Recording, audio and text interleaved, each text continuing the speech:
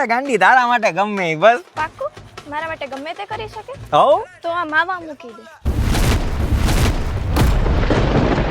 હું બોલી તું? તું આ માવા ખાવાનું મૂકી દે. હું શ્વાસ લેવાનું મૂકી દઉં, જમીન જાયદાદ ઘરેણા મૂકી દઉં, અને ગાંડી તું કે ને તો તારા હાટુ મારા જીવની આયરા મારું કાચું કાઢીને તારી સામે મૂકી દઉં, પણ આ માવો નહીં.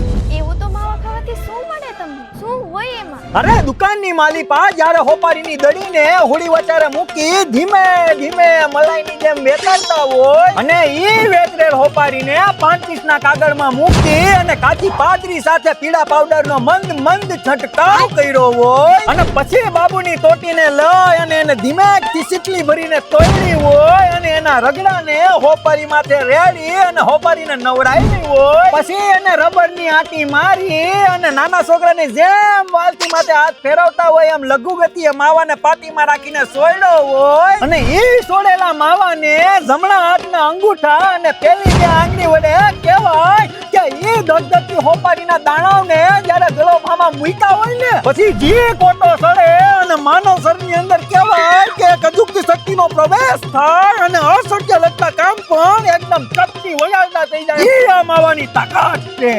પણ માવાથી એટલો બધો લગાવ? શું કામે નહીં? જ્યારે દુનિયાએ મને તરસોડ્યો, જ્યારે તું મારી પાસે નહોતી, કોઈ મારું બાવડું ડાલવા તૈયાર નહોતું, જ્યારે હું એકલો પડતો, ત્યારે મારો ભેગો મારો ભેરું, મારો હમદમ હમસફર, મારો કાળજાનો કટકો બે રબરની હાથીઓમાં વીંટળાયેલો મારો આ માવો મારી હારે હતો. આ તો મારા સુખ દુઃખનો ભાગીદાર છે, અને તું આને જ મૂકવાની વાત કરે છે? તો તું હવે નક્કી કરી લે, તને હું જોઈએ છે કે તારો આ માવો? સવાલ વગરની વાત છે, માવો.